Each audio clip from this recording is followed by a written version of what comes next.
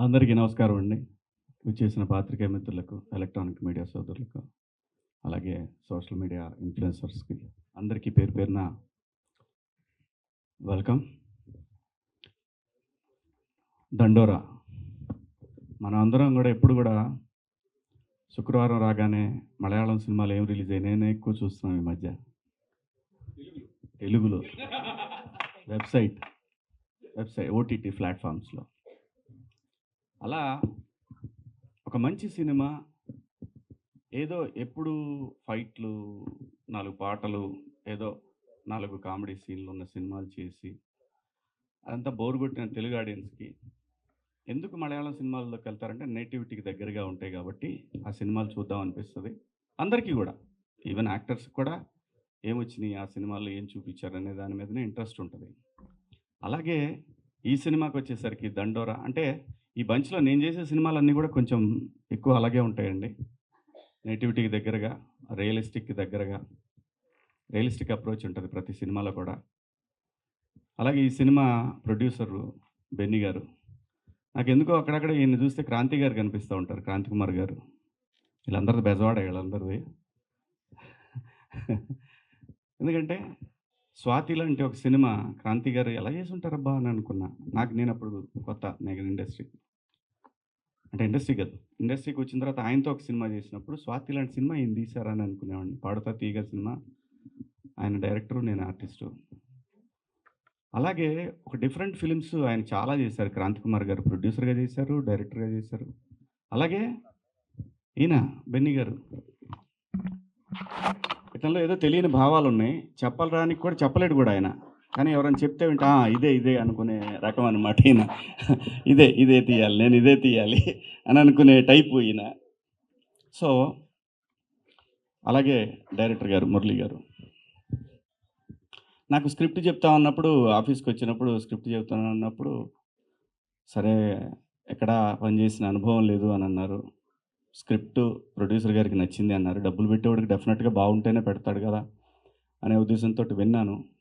చాలా బాగా అనిపించిందండి. చాలా బాగా. చాలా దగ్గరగా అనిపించింది.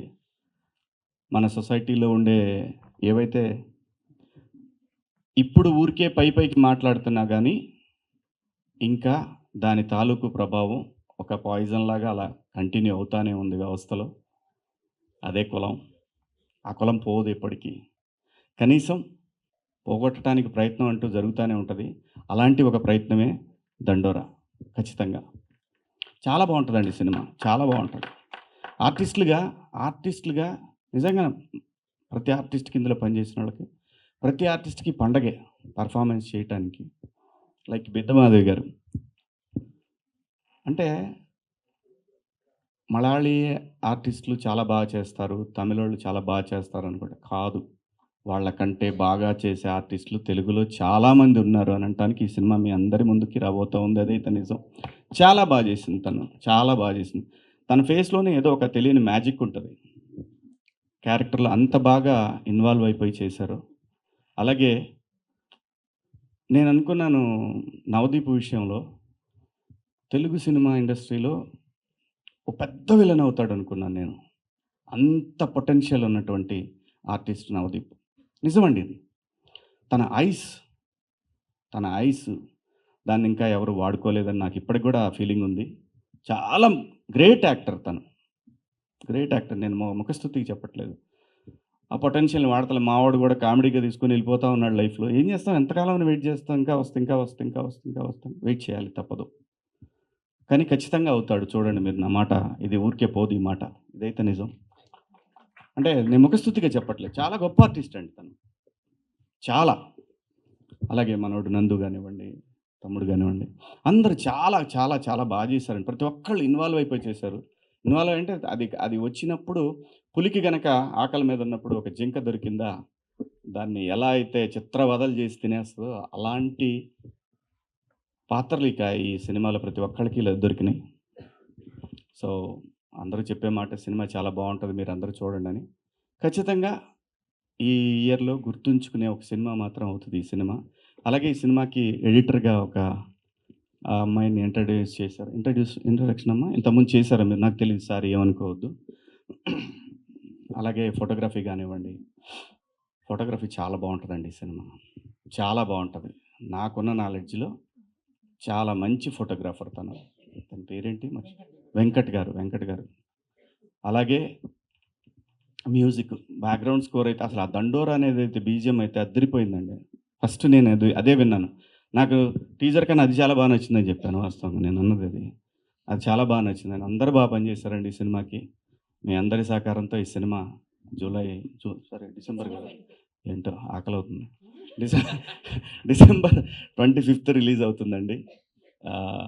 ప్లీజ్ మీ అందరికీ నచ్చుతుంది ఈ సినిమా. థియేటర్స్‌కి రండి. ఆడెవడో ఒకడున్నాడు ఇవాళ ఎళ్ళిపోయాడు ఆడికేదో ప్రెస్ మీట్ పెట్టారంట అక్కడ. వాడు వామ్మో! వాడేంటండి బాబు! అంటే వాడికేదో బాధ, ఏదో కసి వాడికి. పోనీ కసి మొత్తాన్ని పట్టేశారు అబ్బాయిని. కానీ మంచి పనికి వాడుకోవాలని కోరుకుంటున్నా. ఆ అబ్బాయి అంత మంచి హ్యాకర్ అని విన్నాను. ఆడు దేశానికి ఉపయోగపడే మనిషిగా తయారైతే బావుంటది. కనీసం ఇక్కడి నుంచి మారైనా సరే. టాలెంట్ ఎవరి సొత్తు కాదండి. అతను ప్రూవ్ చేశాడు.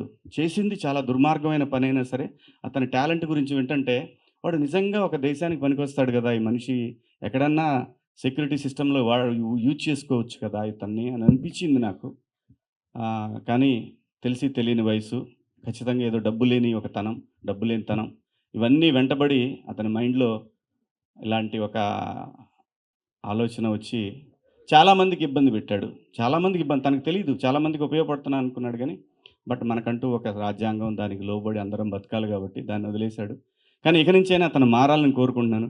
సినిమా థియేటర్‌లో ఉన్న ఎక్స్‌పీరియన్స్ దేంట్లోనూ ఉండదండి. మనం మొబైల్‌లో జూసినా, డబ్బులు కట్టాలంటే ఎంతండి?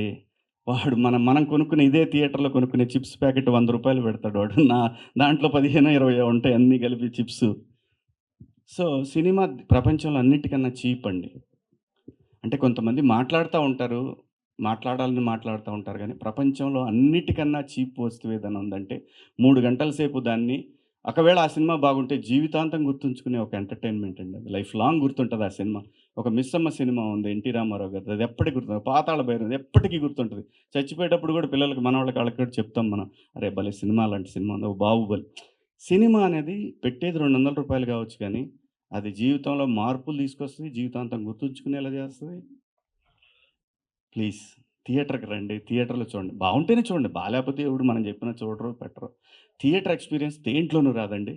ప్లీజ్ దయచేసి ఇంక పైరసీ వద్దు. చూడొద్దు. దాంట్లో ఏముంటది తిట్టుకుంటా చూసుకోవడం తప్పితే వినపడదు. మళ్ళీ వాడిని పెట్టినోడిని తిడతా. ఈ ఎదవ మరి పెట్టినోడు కనీసం సౌండ్‌తో పెట్టలేదని వాడిని తిడతాం. రకరకాల ప్రాబ్లమ్స్ అన్నీ. సో, ప్లీజ్ అండి పైరసీని ఎంకరేజ్ చేయొద్దు. ఇది సినిమాకి చాలామంది పని చేస్తారు కాబట్టి వాళ్ళ జీవితాలు, అందరి జీవితాలు ఉంటాయి. ఒక్కొక్కళ్ళం ఒక్కొక్క పనిలో పడి బతుకుతా ఉంటాం. ఎవరి బతుకు గూడా పాడవకూడదు. సో, అని నేనొక దండోరా వేస్తున్నాను. ప్లీజ్ దయచేసి ఇలాంటివి ఏమి ఎంకరేజ్ చేయకండి. ప్లీజ్. థాంక్ యూ అండి. Thank you. ఇంత మంచి అవకాశం ఇచ్చినందుకు మీ అందరికి కృతజ్ఞతలు. ఇంతసేపు మిమ్మల్ని అందరిని వెయిట్ చేయించినందుకు ఆహ్, మీ అందరికీ సారీ అండి. జర్నలిస్ట్‌లందరికి కూడా sorry. Thank you. Thank you so much.